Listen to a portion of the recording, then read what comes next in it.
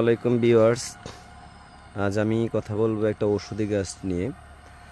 এই ঔষধি গাছের নাম হচ্ছে আঞ্চলিক ভাষায় আমাদের এখানে ন্যাড়াহোজ।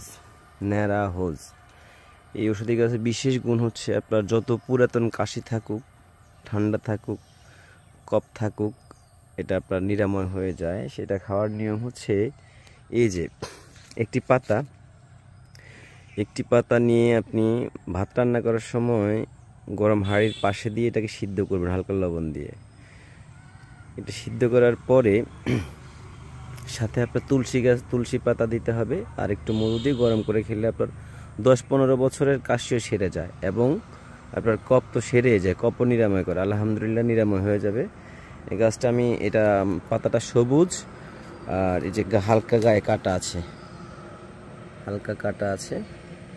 চাইলে আমার কাছ থেকে আপনি চারা নিতে পারেন। এটা আমার বাংলো বাড়িতে হয়েছে, খুবই সুন্দর। এবং আপনার এর সাথে আপনি নারাহোজ গাছের সাথে এই যে তুলসী পাতা দেখছেন, এই তুলসী পাতাটা আপনি একসাথে আপনার মিক্স করে তুলসী পাতার রস এবং নারাহোজের রস সাথে আপনার মধু দিয়ে আপনার যখন একসাথে হালকা কুসুম গরম করে খাবেন, সেক্ষেত্রে আপনার অনেক পুরাতন কাশি কফ সেরে যাবে ইনশাআল্লাহ।